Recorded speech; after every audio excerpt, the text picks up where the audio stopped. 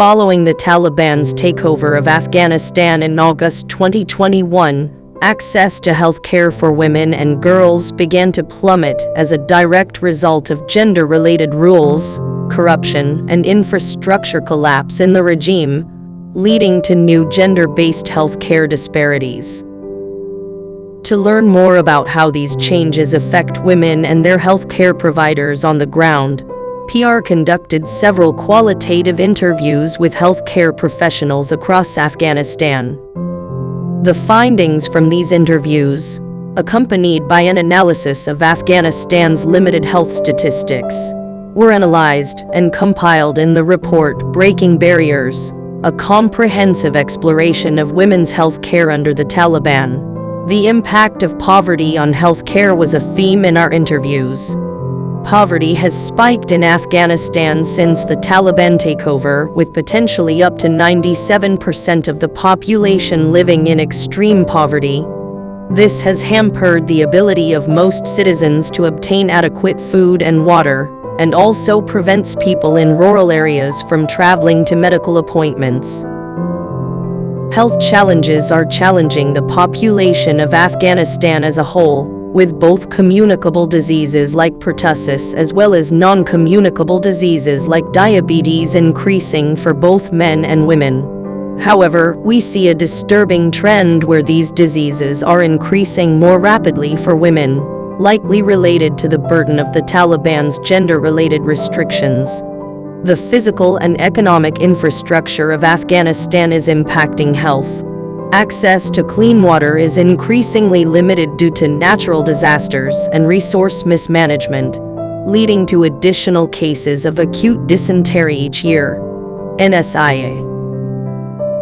Among current healthcare workers interviewed, there was also a deep concern about the lack of access to female physicians in the country. Outside of life or death circumstances, it is illegal under the Taliban regime for women to be treated by male doctors. This policy, coupled with the ban on female NGO workers in the country, has drastically reduced women's access to medical care, including prenatal care. Since women are no longer permitted education beyond primary school, and as of December 2024, are forbidden from medical training, access to health care is set to decrease even more in the coming years and decades. Making these restrictions especially dire is the restriction on women's travel. Women cannot travel more than 45 miles from their home without being accompanied by a mahram, or male chaperone, typically a male relative. This places a special burden on the 10% of the population who live more than 2 hours from a hospital. The impact of the rule for women to have a mahram with them was noted by one doctor interviewed by PR, who said women had been turned away for emergency surgeries due to not having a mahram. Only 16% of the population lives in Kabul, but 56.56% of medical specialists practice there. This means women unable to travel alone are less likely to be able to access a medical specialist. NSIA. Nowhere is this more tragic than in the rise of maternal mortality. Even before the takeover of the Taliban, Afghanistan was estimated to have the highest maternal mortality rate in Asia. CIA World Factbook. The UNFPA projects that between 2021 and 2025 there will have been an additional burden of 51,000 maternal deaths in the country, an unfathomable loss. To assist the Afghan people, and especially Afghan women, in meeting their medical needs, PR's report has several key recommendations for the international community. 1. Provide humanitarian aid and funding to Afghanistan. 2. Ensure availability of medicine and supplies, possibly by exploring alternative routes for medicines to enter the country. 3.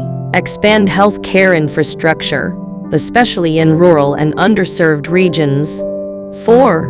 Train more female health care workers, including doctors, nurses, and midwives. 5. Advocate for health care for women. In particular, address restrictions on women's mobility, including the requirement for Mahrams. 6. Address mental health needs. 7. Expand telemedicine to improve access to care. 8. Support especially vulnerable groups. 9. Develop incentives to retain healthcare professionals. 10. Encourage international partners to create long-term plans for supporting healthcare in Afghanistan. 11. Address the economic hardships that interfere with access to care. 12. Exert stronger international pressure on the Taliban to lift all restrictions on girls and women's education and to allow women to work in NGOs and healthcare institutions.